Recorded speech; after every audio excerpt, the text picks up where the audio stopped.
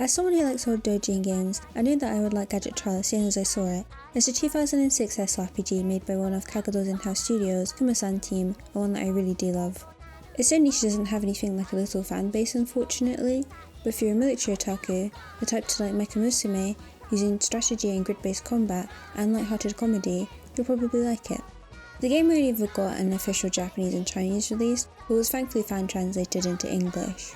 I played this English version, and the translators clearly put a lot of love into their work.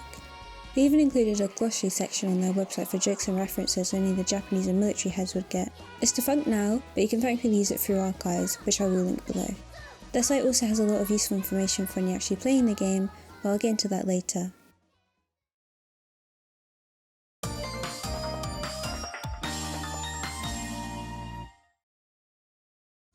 The gameplay of Gadget Trial is its selling point.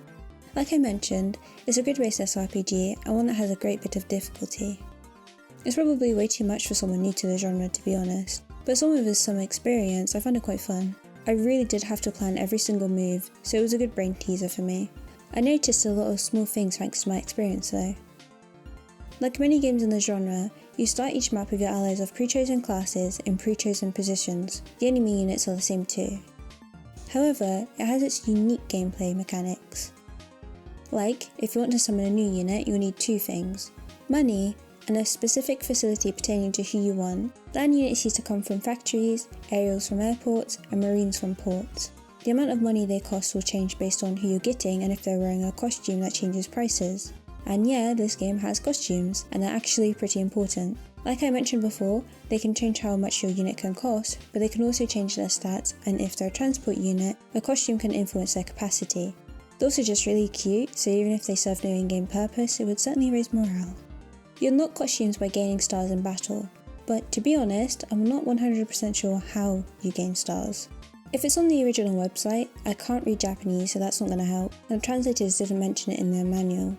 But going off my experience with the game, I think you get them from killing enemies, but I don't know if you need to do X amount of damage or do the last blow, I really do not have a clue.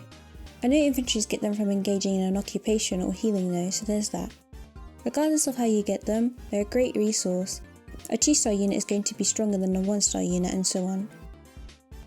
There are 3 important things to mention with this game specifically.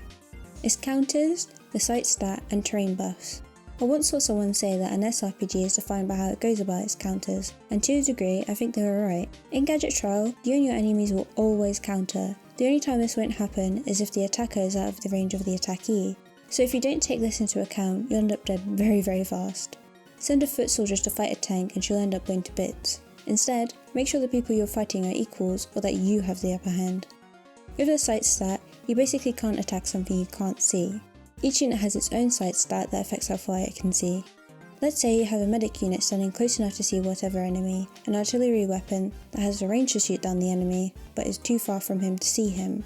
Even though the enemy is within range, without the medic, they're invisible to the artillery, so you can't shoot him down. It sounds a little complicated, but it really isn't. The map is coloured in grey areas where you lack sight too, so you will get used to it. Onto terrain buffs, as the name implies. Standing on a clear road gives you 0 defense, but hiding in the woods gives you a solid 20. By the way, the numbers mean that you get X% of taken off damage. So, in a forest you only take 80% of incoming damage. There are movement related downsides though. You'll have a harder time moving in the woods compared to a road. Each unit has resistances, so to speak, to these movement debuffs though. One thing I want to say is that to try and keep tanks out of the woods unless you're really desperate. They're as fast as a snail otherwise. This is all really important to take into account, as you should always hide weak units away and have backup ready to charge ASAP or you'll be shot down. But if you do end up low on HP, standing on a facility you own or using a medic will do the trick. Other than HP, there's EG or your energy. This depletes with every turn naturally and is only recoverable by spending time on a facility. If it does run out, your unit will die, but considering you can make new allies whenever, that shouldn't impede you too much. A very common theme of this game, by the way, is that the enemies have all the same advantages as you do. If you can do something useful, you can bet the people trying to kill you can do the same, and then some. I suppose this is purely subjective, but I actually really like how skill dependent this makes the game, as well as the difficulty it adds. Said enemies have a pretty good AI too. They'll do something stupid every now and then, but you can tell the devs made sure that they were giving you a hard time with how aggressive they are. They're really quick to throw into combat because of this, so be sure to give a map a look before you do anything, and don't be surprised if you have to reset. There actually wasn't a map where I didn't have to reset 2 or 3 times, and hopefully that says more about the difficulty of the game than my skill. It would also take quite some time to clear stages, even excluding resets. Whether or not you think this is a good or bad thing though, is very much a personal thing. You can always save during battles anyway, but beware that it saves your current position on your current turn if you do reset. And just a tip, you can left click to see where an enemy or ally can move, and right click to see where they can attack. Sounds and is pretty basic, but knowing this saved me on more than one occasion. You have to complete one of 2 goals to win. Kill every enemy or occupy every facility. Each unit has its uses in achieving these goals. Aizen is an infantry unit with low defense and attack. She might sound completely useless, but she's actually the only character who can occupy facilities. It's pretty simple to get her to do so.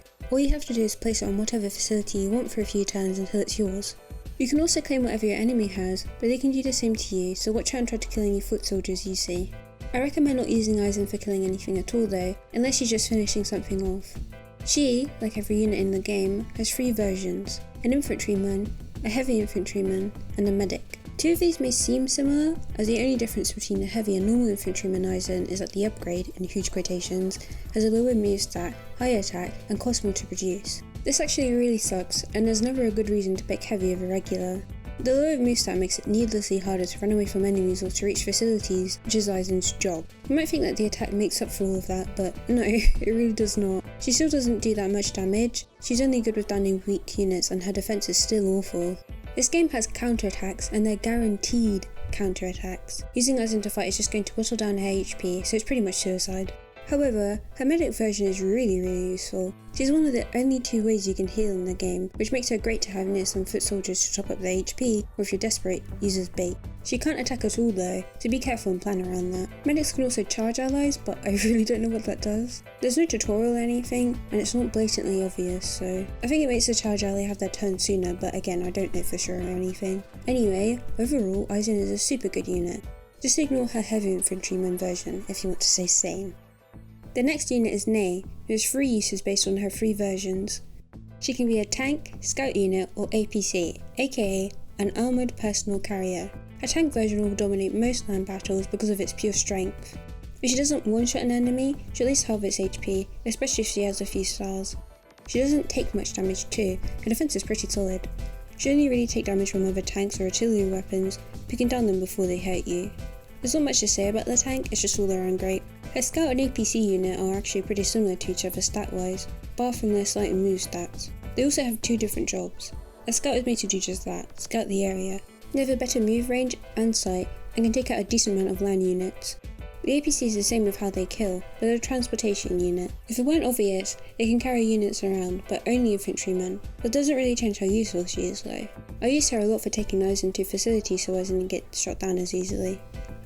Moving on to Sokka, an aerial unit. She has a transportation helicopter, a fighter, and a bomber. Her transport copter does exactly what you'd expect. She's like Nei though, and can only carry infantry units, but she's good at her job. Bear in mind she's pretty fragile, and can only do a little damage to ground units, so do be careful. Her fighter is a jet that can only fight other aerial units. That may sound bad, but she's actually one of the only 2 units that can attack air forces, so she's actually really important. Her defense isn't amazing, but considering you'll only ever be fighting other fighters, it's not really an issue. And then, her bomber version. This unit is single-handedly the best in the whole game. You can kill tanks in one shot, and they're the tankiest ground units obviously. You can also kill off marine units with her, which does come in handy. Bombers are straight up amazing, they'll completely change how you play. The only downside is that they can't attack other aerial units, and they have a shoddy defense, but if you pair up with a fighter, you'll paint the town red. I don't want to go into costumes too much, because it's very much a personal playstyle thing, but I do recommend putting on her maid outfit. It's cute, but more importantly, it makes her a warcry machine with the attack boost. Sokka is just straight up amazing, you could probably call her OP. Yuri is the second to last ally unit as an artillery weapon. She has an SP artillery rocket, and an AA artillery weapon. The SP artillery and rocket are pretty similar, but the rocket has more range. I feel like it packs more of a punch too, but that might just be in my head as the stats are the same. The AA unit is anti-air, hence the name, and is the one other unit that can strike down aerial attackers. Honestly, I don't feel like Yuri is all too great. This could just be my playstyle, but I found her being pretty much insta-killed once enemies got too close to be kind of annoying. Plus, she's a ranged unit. You can't attack after moving ranged units. Honestly, if you could, it would ruin the game, but it's just a cherry on top of her being annoying to use. When she does come in handy, she's great, but 9 times out of 10, she's just taking up space. I feel like this is a me problem though, so your mileage may vary. Yuzuka is our last unit, and is a marine. Her 3 versions are an attack submarine, landing craft, and battleship. Her sub is only able to kill off other marine units, and it has a really low defense for some reason. Only bombers and other subs can target her though, so it's a power of numbers kind of thing. Her landing craft is the best transport unit depending on the map. Obviously, because she's a marine unit, she can't sail on the grass or something, so if there's not a decent body of water connecting things, she's not really useful. When there is though, she can carry every single ground unit, so not just the infantryman this time. If your goal is to take over every facility and there's a decent stretch of water to your goal, I really do recommend using her over the helicopter. She's also great for surprise attacks, so feel free to send over a couple infantry units and a tank over to enemy territory. Last, but certainly not least, her battleship. It's an all-rounder, with her only flaw being the poor sight and defense.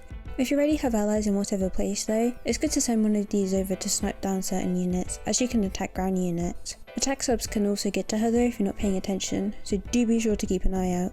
Now, you may be wondering what the enemy units are like. They're the same and then some. Your enemies have access to everything you do, but more basically. Namely, the anti-air, ship and land batteries. They're stagnant, usually but somewhere hard to reach, but will turn your units into mincemeat if you get accidentally too close. They have a huge range too, making them a pain. You can blow them up though, which I usually did with bombers and battleships. The Continental Army have a heavy tank unit too, and they're just tanks but better. They're very, very dangerous, so be sure to kill them as soon as you can. And so, like any game, Gadget Trial does have its gimmicks. One of the first real gimmicks you'll encounter is the weather machine when you start fighting the Continental Army. It turns the sunny island maps into cold wintry scenes, making traversing through quite a bit harder. You can blast the weather machine though, turning the map back to normal, which I find to be really cool. It's not uncommon for SRPGs to have weather mechanics, like the Rain and Fire emblem or the Undyne skill in Yugdra, but I like how this one separates itself by being reversible if you care enough to shoot it down, as well as how it fits in with the sci-fi theme. Another early gameplay gimmick uses satellites, which are placed as facilities on the map. If you occupy it, you can blast a decently sized zone, which will halve the HP or one-shot most units. It hits regardless of if they're on land, the sea or in the air, or if they're your allies. Be careful when aiming because of the friendly fire, but sometimes it's worth it to build a kamikaze or two. As I mentioned before, there's a website made by the translators. It has a few useful things, like the actual translation itself and information charts. These charts are lifesavers, especially for someone new to the game. I'll throw them up on the screen because they're a little hard to explain. But seeing you has the upper hand physically on someone was so helpful, especially considering this game has no tutorial, which is something I don't really like about the game, but I will let it slide, as I just enjoy it anyways. It should be noted though that this is an old game that was released physically, so it probably had a manual to go along with it, but I don't know for sure. Anyways, there's not much to say about the website, but I wanted to make a whole section for it because it was really a lifesaver. Again, it's in the description, so if you want to give this game a go, please do be sure to use it.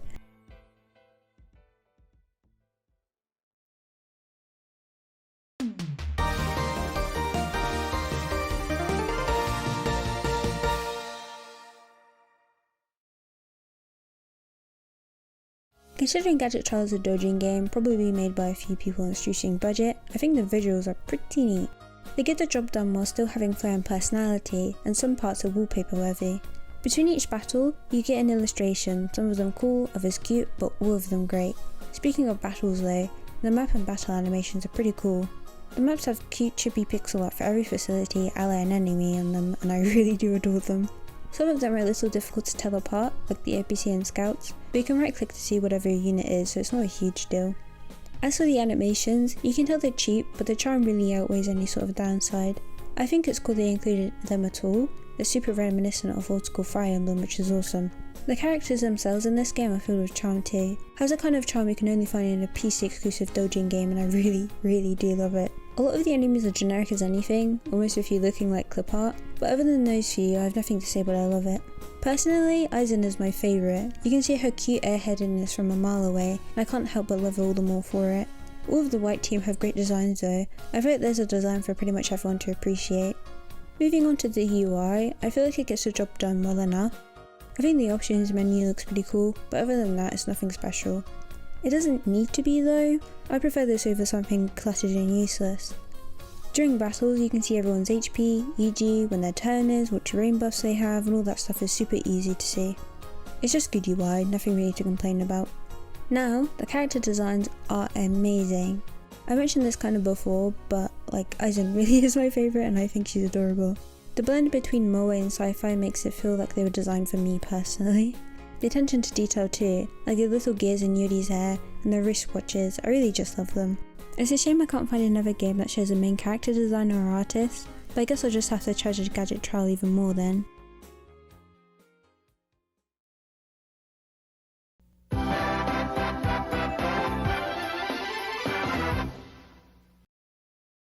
The music in this game is its biggest flaw. It's not bad per se, but it's one of the most repetitive OSTs I've ever heard.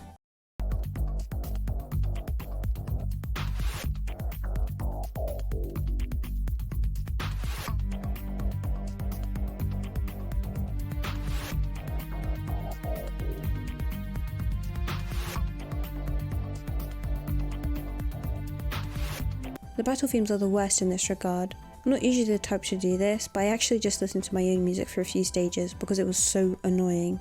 A few tracks during the story segments are nice and bubbly, but even those are repetitive. The OP though, Go Go Girl, is pretty cool.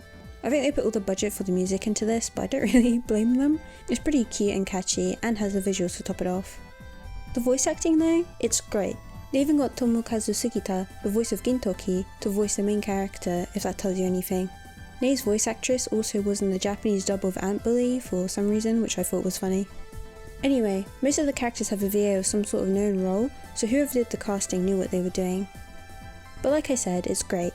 Everyone's personalities shine through with their voices, and they're all seriously perfectly cast. Well, the girls have cute voices too, but I do suppose that's a given. Overall, there are pretty big flaws auditorially, specifically with the music, but it's not the worst or anything. The voice acting is amazing, so that alone saves the sound for me.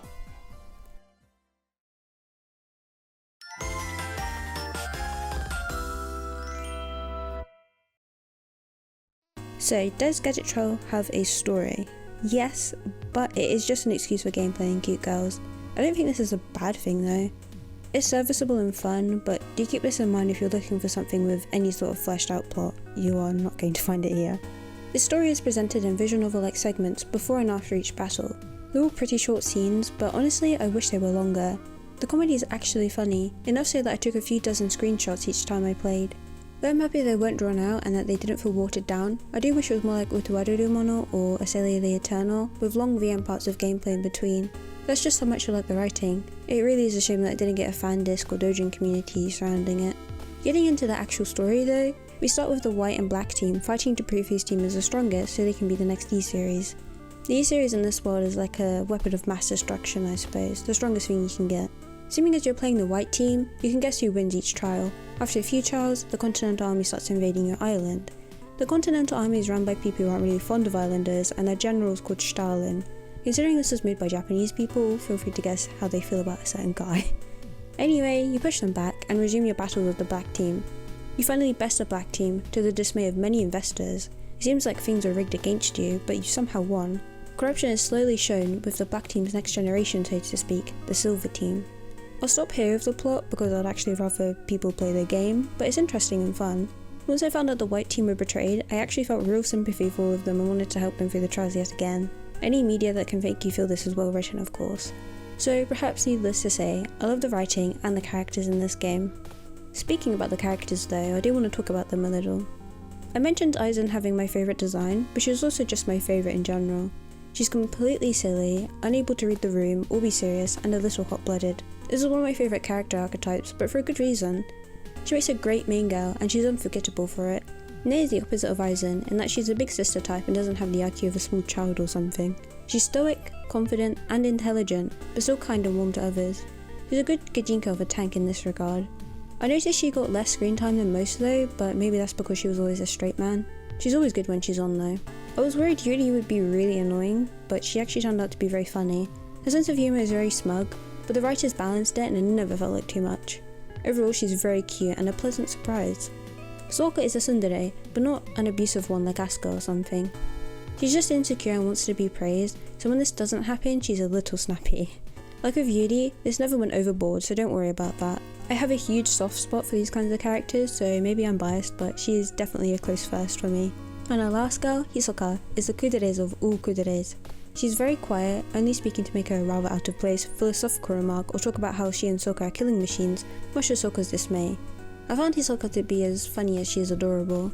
Now, these are all the girls, but left we have the protagonist, Mihara. He's not a silent or self-insert type, but rather he has great chemistry with all the girls. I should mention that this isn't a romance game or anything. They all feel a lot more like a family, but that doesn't take away from it, in my opinion. The way Mihara is a straight man but angry never got old. I loved how normal he was compared to how silly all the girls are. So all in all, I love all of these guys, and I think most people would feel the same too. There are a few other characters I didn't mention because they're not really anything more than side characters, but even they're kinda cool. I wish people made more fan work for these characters, so if you see fan art or a comic for Gadget Trial, it was definitely me. I'd also like to mention that this game may have multiple endings, but I'm not sure. If there is, my guess is that I didn't play well enough to get the best ending, unfortunately. Very slight spoilers, but I didn't mention the commander taking everyone to a theme park when it was over, and I saw official art of everyone at one, albeit in awful quality. Only throwing this out there because there's such little info in this game, so please let me know if you ever find out something.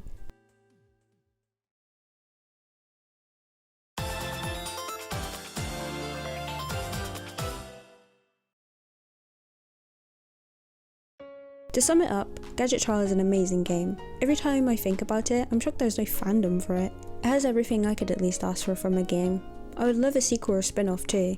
I feel like it's the kind of IP where you could just have any plot and a different spin on the gameplay. Maybe one day Kagado will put it on Steam and it will generate enough sales for something to happen within the franchise. Who's to say, when it's officially translated on some vendor, I recommend finding it if you know what I mean. I hope at least a few people give this game a shot after watching this, and all of you enjoy the cute girls, grueling gameplay, and great humour.